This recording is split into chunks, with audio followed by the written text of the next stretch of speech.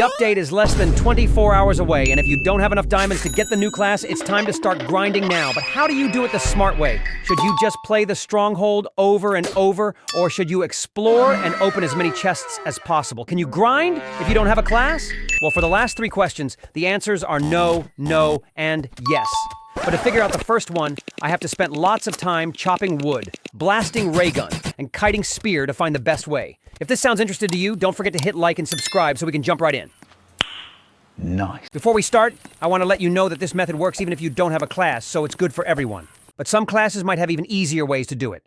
If you have any tips for your own class, please share them in the comments so everyone can see. Thanks.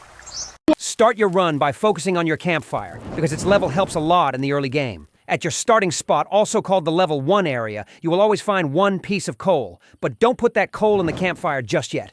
The campfire can only fill up about 95 to 98% with it, so it would be a waste to use it too early. Instead, chop down 2 trees right away and collect 6 logs.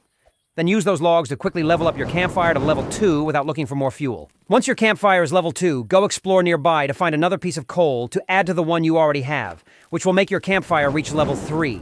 The places where you can usually find coal are the empty grave, the coal mine, the flat grave, the well, and the wooden dock.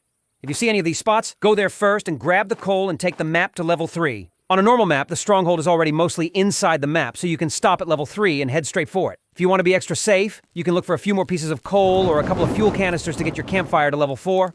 Just like coal, these items have favorite spots where they appear. Fuel canisters are often found in the grocery store, the ranger camp, or out in the wild. So keep an eye out as you go by. Once your campfire is ready, get set for the next phase, because this next part is where most players slip up looting. But before starting looting, I like to set up a little structure for myself. First, I build a map and get a good sack from the pelt trader by trading 1 rabbit foot. This is optional, but it helps keep your inventory organized and prevents you from getting lost while sweeping the map. In this phase, we want to grab a spear first because it can make fights much easier later on. Next, try to get 5 bandages or med kits if you're not super confident in close fights. If you're really good and can move around carefully, you might need fewer or even none. But 5 bandages is a safe number to have. To get the spear, you have 2 choices. You can find it in a chest or buy it from the trader. If you want to get it from the trader, go to the place where the first child is waiting. You can do this easily by clicking on the missing billboard and then on the first child poster.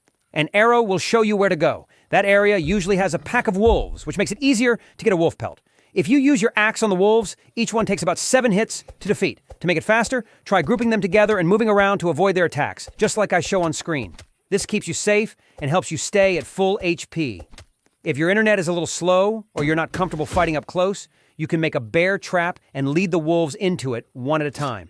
The trap can take care of them without any trouble. If you want to get the spear from chests, remember that the ones on the outer edge of the map are the best to check. Start at the edge of the snow biome and follow the border until you reach the edge of the map.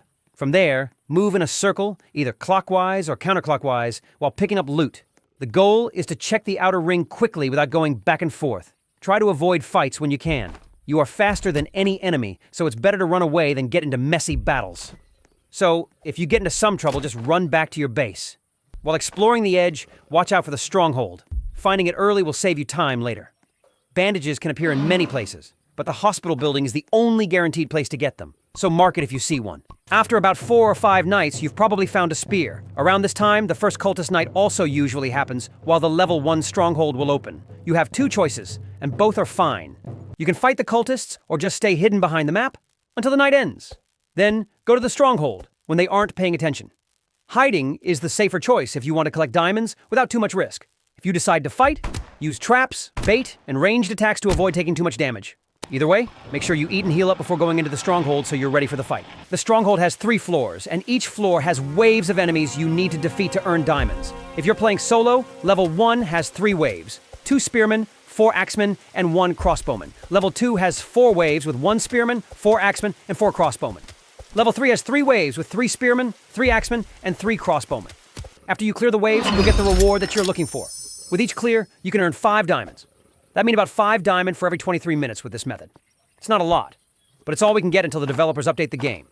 Keep repeating the loop, and you can earn around 300 diamonds in a full day of repeated runs. A few practical tips to make your loop cleaner. First, reset or respawn instead of continuing a long session after you clear the Stronghold.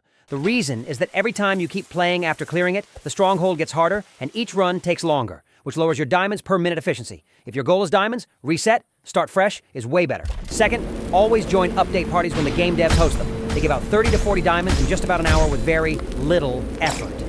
So take advantage of that extra free income.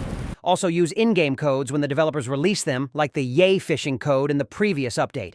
These codes can give small boosts that add up to your daily total. Alright, that's all for today's video. If you watched all the way through, don't forget to give a thumbs up and subscribe so you won't miss any of my future videos. Thanks so much for watching, and I'll see you in the next one.